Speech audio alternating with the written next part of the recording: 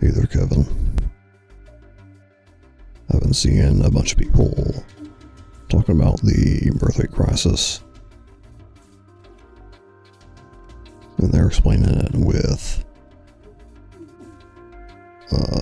when women are free to choose, they choose not to have children.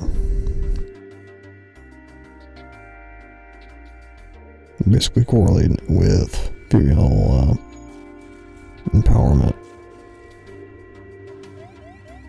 So that leads me to ask this question.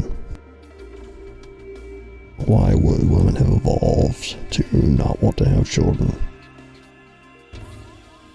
Now the young earth creationists can say, well, it didn't, so that's that. The theistic evolutionists probably make the same sort of sin or free will or whatever appeals as the young earth creationists, depending on how exactly they justify their theistic evolution.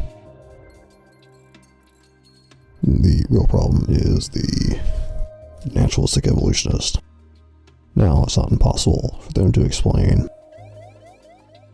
They could say that it's just a dead end. And, it was like before, men were subjugating women, and so this trait was never weeded out. And it just happens to be the case that this is just one of the dead ends that many species fall into. There's not anything particularly unnatural.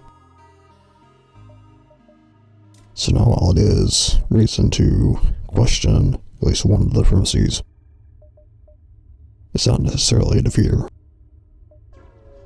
But the bigger thing with the question is that the naturalists will, on occasion,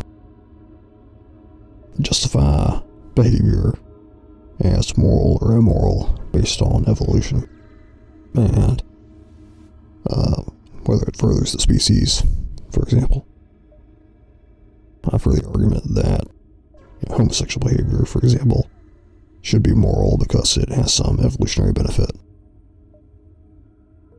Now, the problem is, if you're going to make that argument, you also have to make the argument that subjugating women should be moral because it has an evolutionary benefit. Because otherwise the species won't survive. Of course, you could be willing to make that trade-off, but it certainly should warrant some consideration.